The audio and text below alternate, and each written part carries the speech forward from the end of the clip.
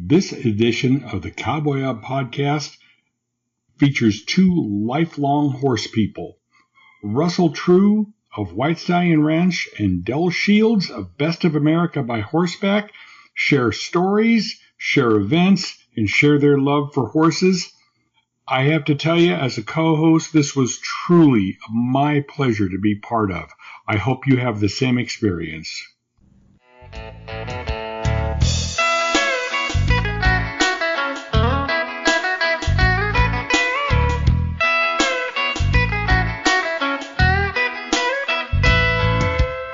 Good morning, Russell. How are you? I'm well. How are you?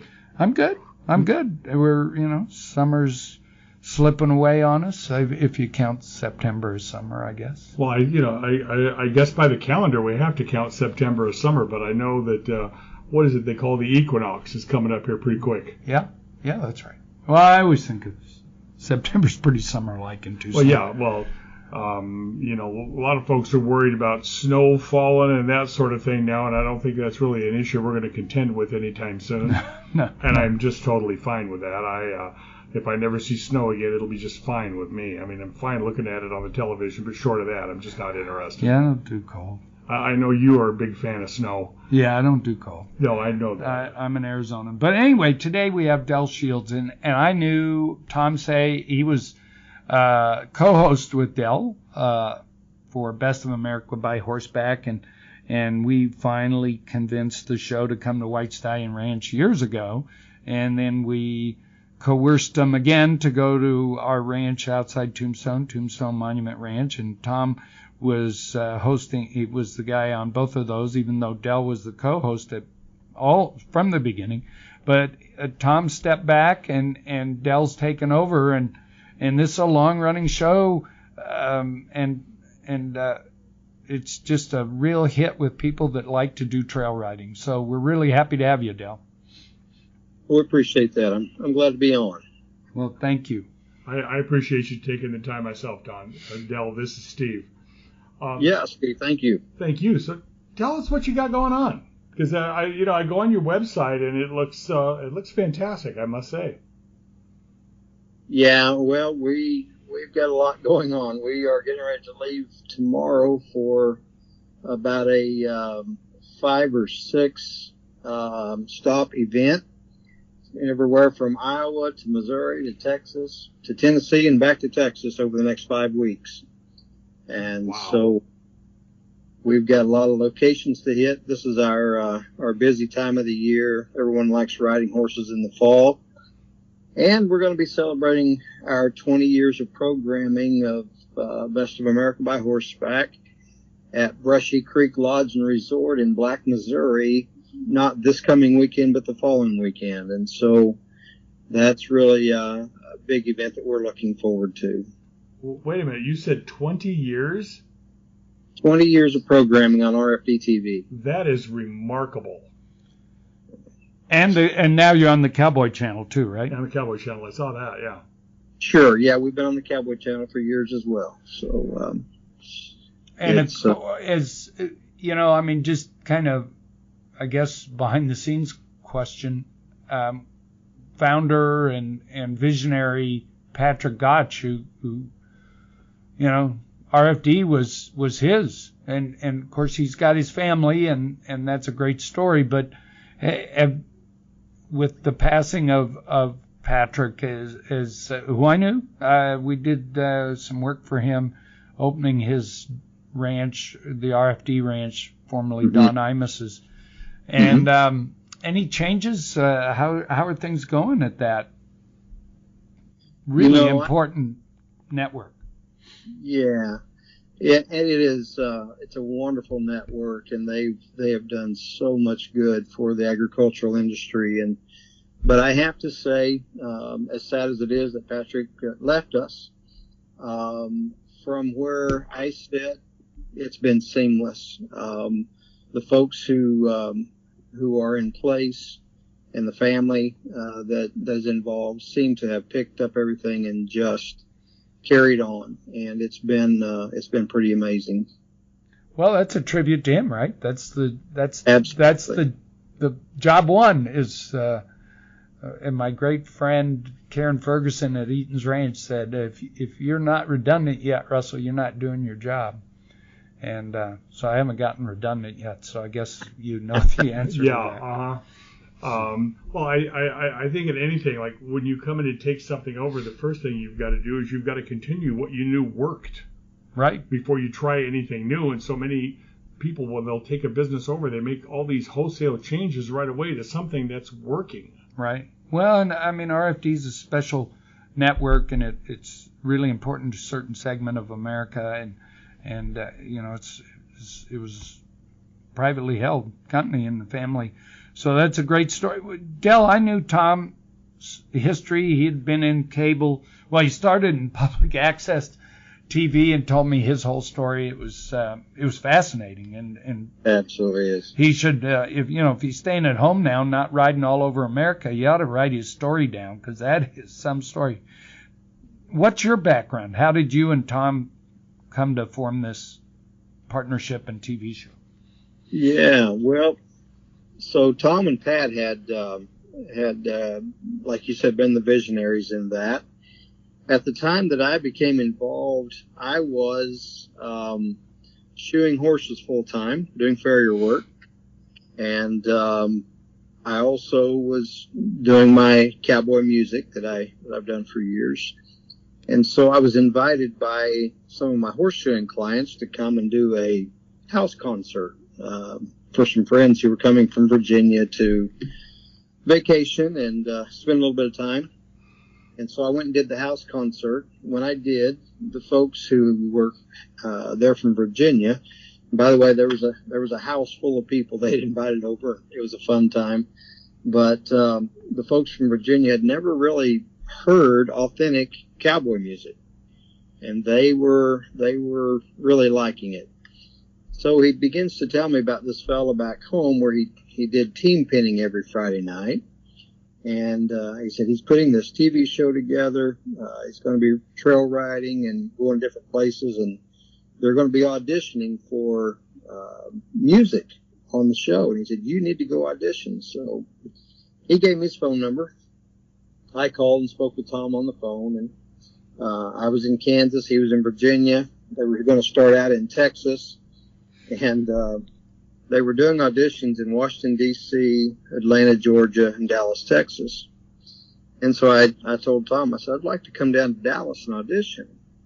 He said, well, it's a long ways down there from Kansas, and I really can't make you any promises. And I said, well, I understand that. And the longer we talked, the more I realized I thought this is the way I thought the conversation would go. You know, it's not going to work out.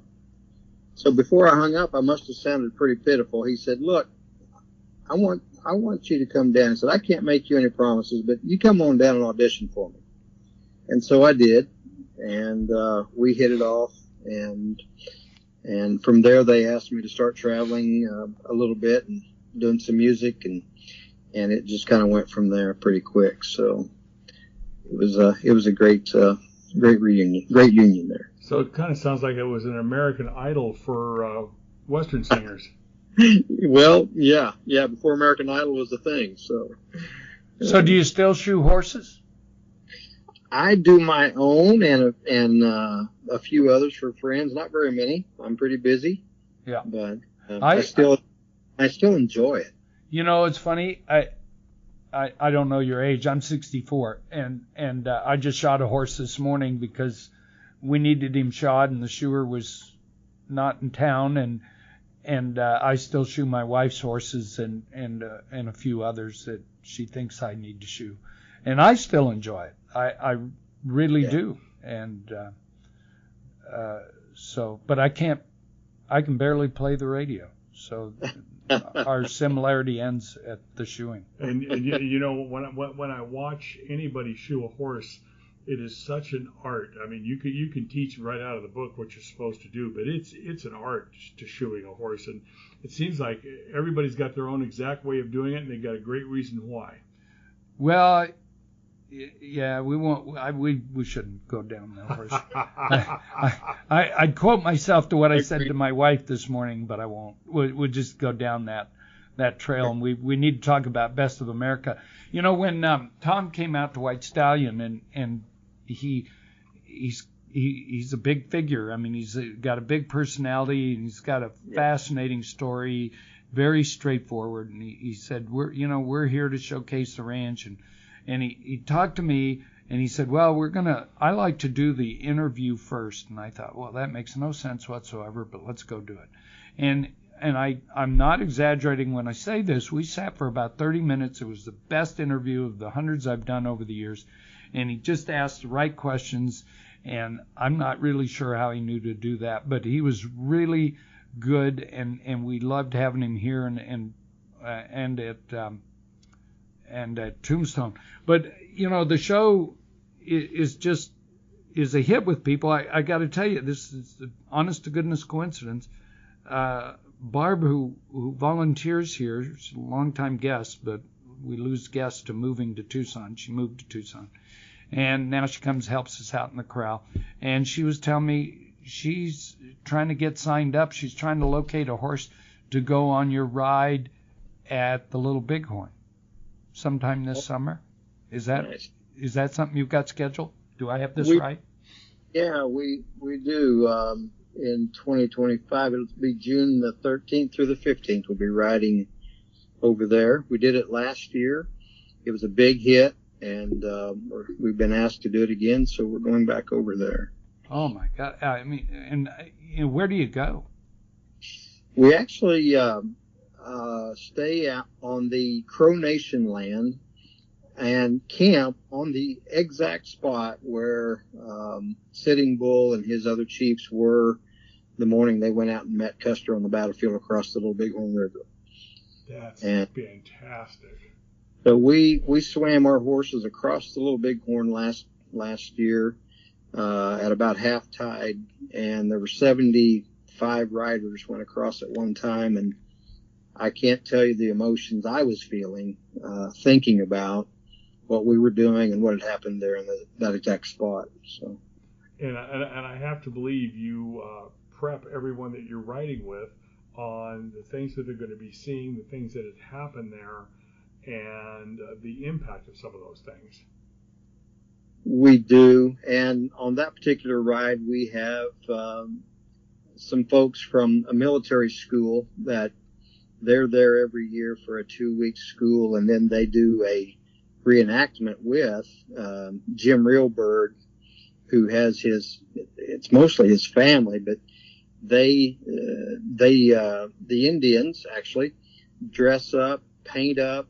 The soldiers dress up in their uniforms, and they have an actual reenactment there at the river, crossing the river every year. So it's a big deal. Does any of that stuff happen, any of the reenactment actually on the battlefield? Or they're right next to the battlefield, and but it's right there. There's a stage right where we camp, where the Sitting Bull camp was. So it's on the actual grounds. That's remarkable. Yes. Last trip I took with my dad, he was he was born in Wyoming, but he grew up in Montana, and we were up there, and we went to the Custer battlefield, and it's got a different name now, but it was one of the most memorable places I've ever been in my life, and it's very well done, and I think sort of serves its purpose just the way it should. So they should sign up this June of 25. Is that what you said? June 13th through the 15th, yes. Okay, so yeah. I have to ask this. It sounds enchanting going on these rides. It also sounds like a lot of darn work. You have that right. You have that right.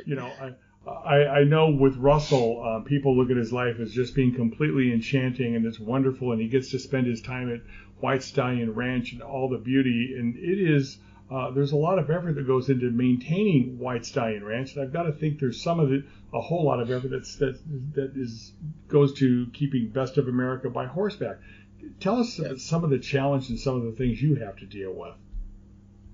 Well, for one thing, I was never a computer guy, and when I took this on, I didn't have anyone to do the editing. And so I, at 60 years of age, learned how to run a computer and edit.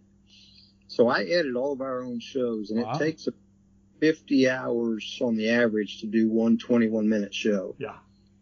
And so I spend 50 hours, and we have a new show every other week. And so in between that, we're traveling, we're filming, we're writing, and on top of that, I'm marketing and doing, trying to fill out permits for certain locations we go to and answer emails. And so there's a lot going on in this office, and it takes a lot of doing to make these things happen. I can understand that. Well, yeah, and that the model that yours is, it's sort of a self-sustaining operation. So when people support Best of America by Horseback, they're supporting the show very literally. Is that true? Exactly true. Yeah. I mean, we that's how we operate, and so it's very important to keep the foundation of it solid and going forward. Right. And so a year from now, roughly, a little less, you've got the ride we talked about it at Little Bighorn. What have you got up? What's coming up that people could sign up for? Well, right now we have later on this fall, there's a ride at the 6RS in Texas, East Fork, Tennessee Jamestown, Tennessee at East Fork Stables, October 4th through the 6th. Bandera, Texas, Cowboy Capital of the World, October the 18th through the 20th. And then I've got a number of events that are on the table but not confirmed for next year. So I'm looking at my whiteboard here, and there's lots of places there that I have listed, but we'll be putting those on the calendar a little bit later on. I just signed a contract with the Midwest Horse Fair in Wisconsin, and we'll be filming that event in April for them and making a show out of it. But also, I'll be doing 2 one-hour talks on Friday, 2 one-hour talks on Saturday, and a 1-hour talk on Sunday. So 5 hours of talking over 3 days at that event, and plus around the booth. So anyway, lots of fun stuff. Yeah, and you're all over the place, but we've gone over. We're going to take a quick break and be right back.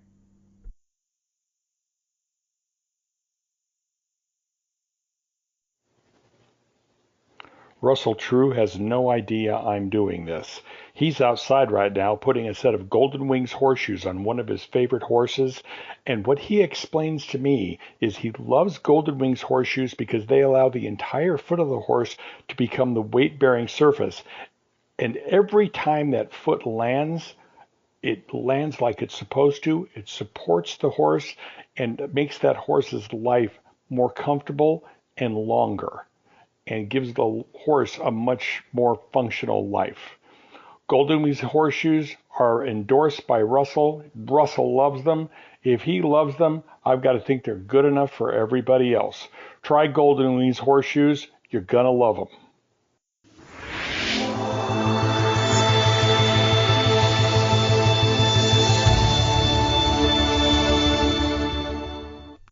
Okay, Del, something that dawns on me.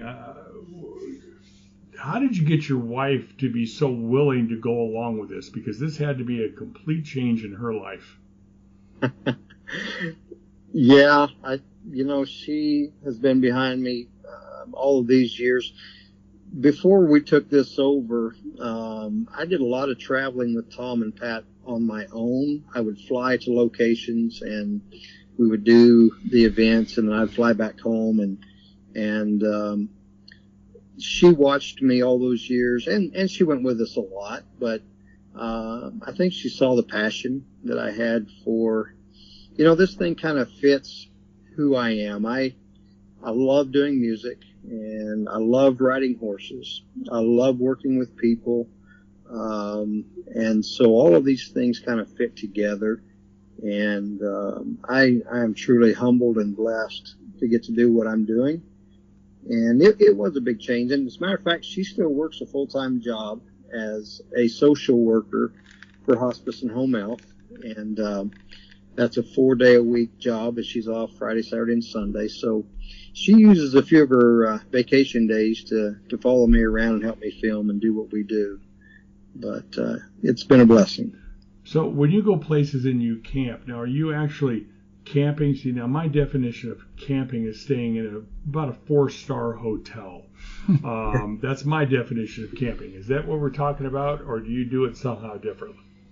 Well, I guess the word glamping kind of comes up because our living quarters horse trailer is pretty comfortable. Okay.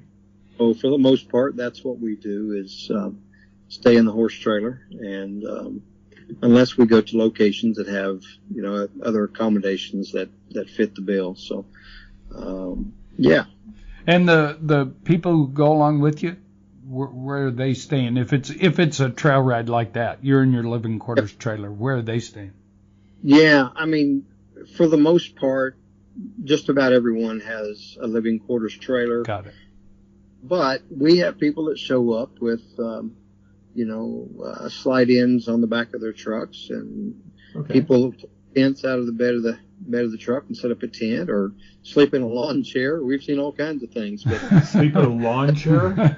They want to be there and be part of it, and so they're willing to do what they have to do. That's remarkable. See, I'm different than Stephen. Camping for me is 3-star hotel. I'm older than you. It's just a little different, but it really, as far as I know, your show is really stands as the premier equine travel show right now.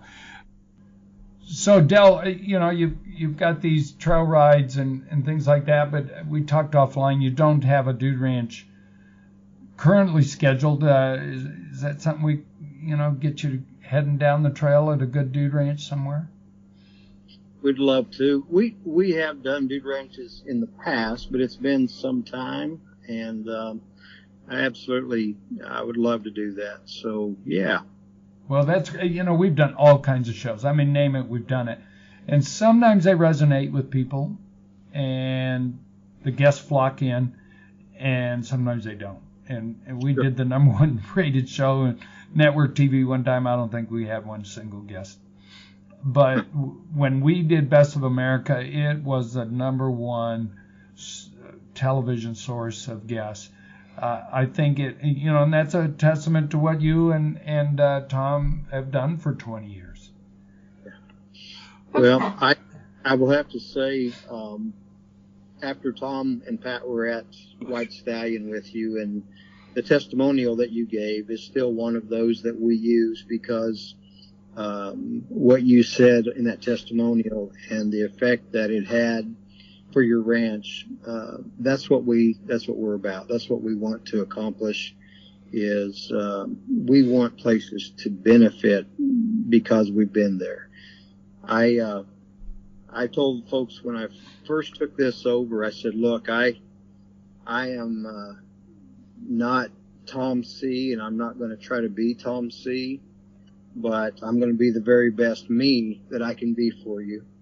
And that's what I've always tried to do. And I think, it's resonating, and what I was able to learn over those first 17 years from Tom and Pat and the way they did things, it's been good, and we've been able to carry on that same core. So we'd love to be a part of that again. Well, I look around at what I pay attention to what it is you do and what happens here at White Stallion Ranch, and it kind of seems like they've got a lot to offer each other. Absolutely.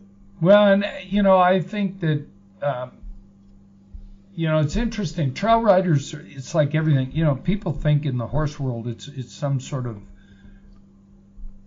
whatever closely defined thing, and it's as diverse as anything. My brother would really rather walk than go on a trail ride, and yet he's a 30-year veteran of the PRCA, as a rodeo cowboy, still ropes and bulldogs, and loves that rodeo stuff, and loves horses, but to go out on a trail ride, we grew up doing that here, and it was part of our job at different times. It just no interest to him. Other people, I'm much more in the trail ride category.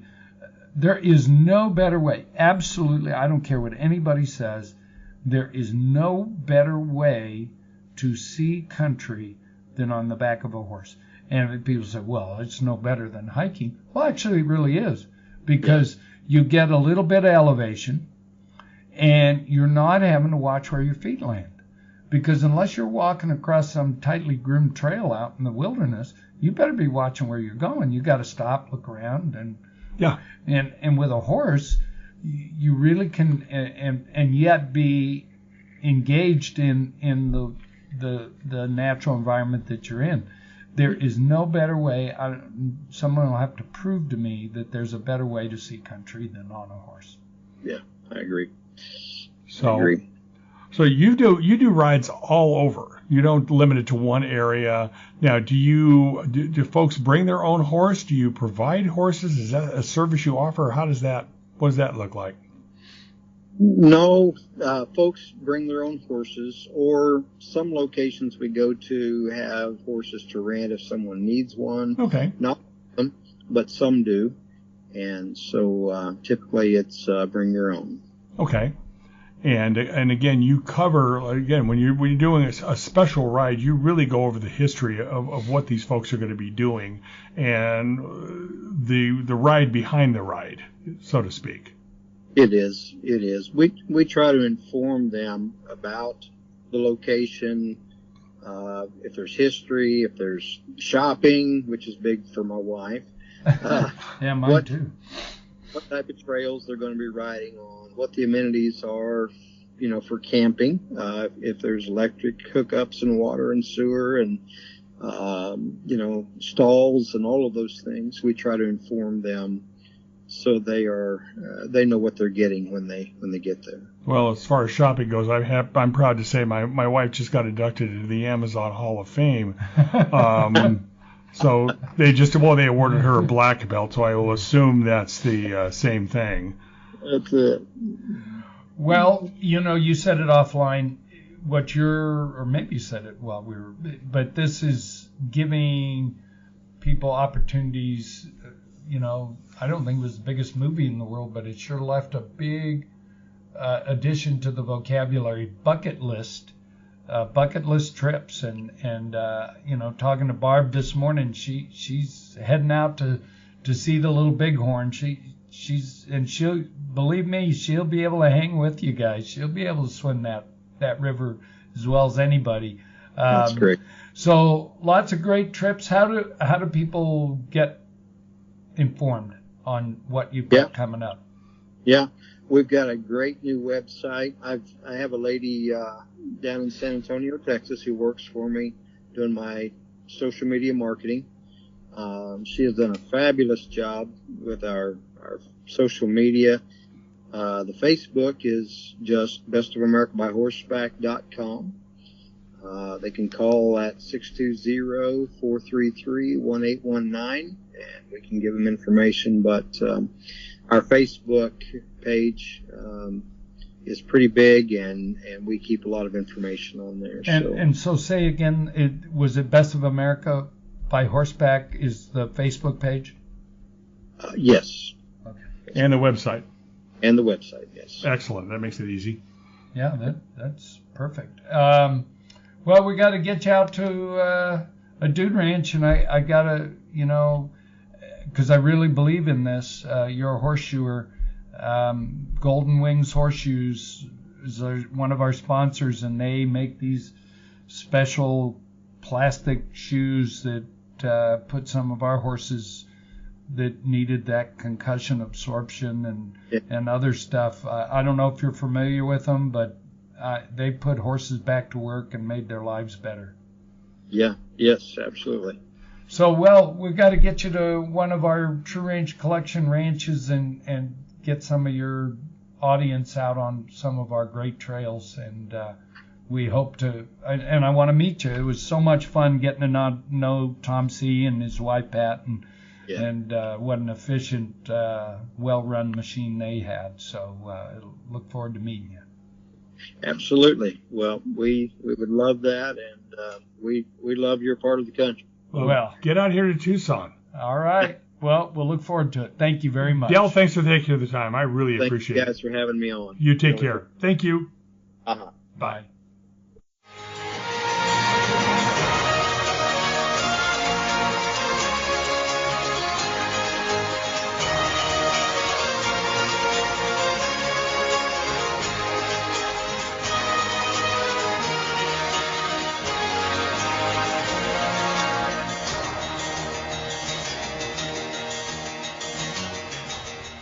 Well, that's a wrap, folks, and thank you for joining us on the Cowboy Up Podcast, partner. We really appreciate what you are and what you do, and particularly when you recommend us to others. So please let people know about the Cowboy Up Podcast. And hey, why don't you be in touch with us? The Cowboy Up Podcast at gmail.com, the Cowboy Up Podcast at gmail.com. We'd love to hear from you. Recommendations, maybe an encouraging word, like home on the range. However, if you want to say, maybe you could do it a little bit better, or have you thought about this, or perhaps you have a recommendation for somebody who would be a great guest. Maybe that great guest might even be you. So you let us know. The Cowboy Up Podcast at gmail.com. Hey, this is brought to you by the Cowboy Spirit Radio Network, and we are also in the business of getting people like you on the radio. So if you'd like to reach out to me at Stan at witradio.net, Stan at witradio.net, tell me a little bit about what you want to do, and we'll see if this coming year could be a year in which you, too, are part of the Voices of the West, telling your story, sharing your good stuff. We'd like to see if we could make that happen for you.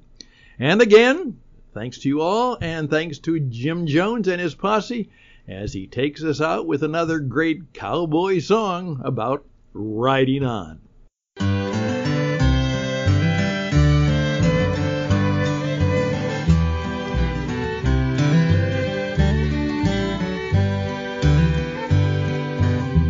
They say this is the last roundup.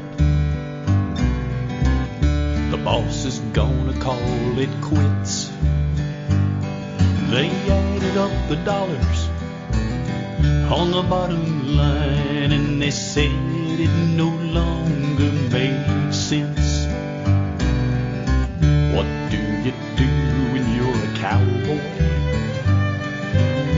Trapped in a time you don't fit. Where do you go when there's no rope to throw and nobody's out riding fence? Long may you ride. Hang on to your cowboy pride. We'll sing to your glory, may the West never die. Long may you ride. Long may you ride.